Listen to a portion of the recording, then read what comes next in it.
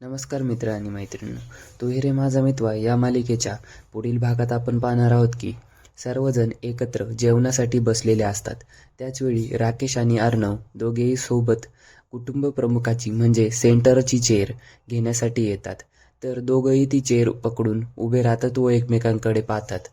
तितक्यात अंजली देखील त्यावरती बोलू लागते. अंजली म्हणते ती चेअर ही कुटुंब प्रमुखांची आहे आणि आज गुढीपाडवा आहे, त्यामुळे त्या चेअरवरती म्हणजे त्या खुर्चीवरती बसण्याचा मान फक्त आणि फक्त राकेशचा असणार आहे, म्हणजे माझ्या ह्यांचा असणार आहे. दुसरीकडे राकेशच्या गर्लफ्रेंडने दादांना फोन केलेला असतो.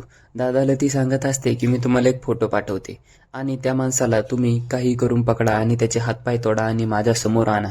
त्यानंतर अर्णव देखील दादाकडे पोहोचतो आणि दादाला सांगू लागतो, तुम्ही राकेशवरचं पैशाचं प्रेशर आणखी वाढवा आणि त्याला आणखी त्रास द्या, कारण तो अडकलाच पाहिजे, त्याला पैशाची नड भासलीच पाहिजे. त्यावर दादा बोलतो, आता थोड्याच वेळात त्याच्या घरी एक पार्सल पोहोचेल आणि ते पार्सल पाहिल्यानंतर त्याला समजेल.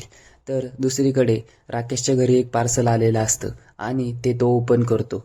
तो विचार करतो हे कोणी पाठवलं असेल. पार्सल ओपन केल्यानंतर त्याच्या तोंडावरचा रंग उडतो.